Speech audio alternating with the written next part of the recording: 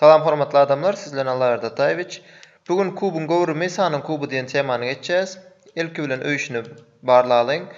Öýüşimizde ölçekleri 25, 4 we 13 cm bolan görnüşli paralelipipedin gowrumyny tapmalydy. Onda biz V deňdir A köpelen B köpelen C formulasyny peýdalanýas.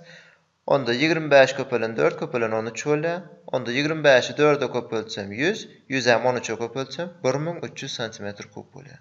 Onda jogabymyz 1300 cm kub. Indi temamyza geçelim. Kub diýmek näme? Kub diýmek ähli taraplar deň bolan gönügüşli paralelipipeddir. Onda ähli taraplar deň boljak bolsa, onda A deňdir B deňdir C bolýar. Gönügüşli paralelipipedin gowrumyny V deňdir A köpelen B köpelen C formula bilen tapýas. Onda biz B derek hem C derek hem A'ny goýup bilýäs bu ýerde formulada. Onda V deňdir A kub bolýar. V deňdir A kub boljak bolsa, tarapy 5 cm deň bolan kubun gowrumy 5'in kubu bolýar. Tarapy 10 cm bolsa, 10'un kubu bolýar. Ýa-da 1000 cm kub bolýar.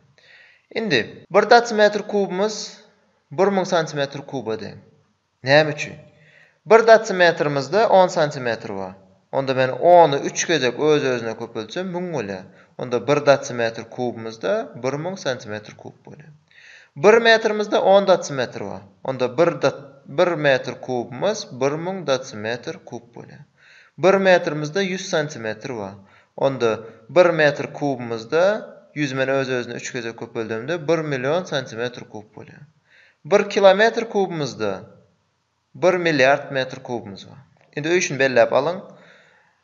Aşakdaky sanlar hasaplamaly. 5'in kubu, 6'nın kubu, 13'ün kubu we 15'in kubu. Şunun bilen sapamyzy geçip gutarýarys. Bolýa sag bolun, işleňizde üstünlük arzu edýär.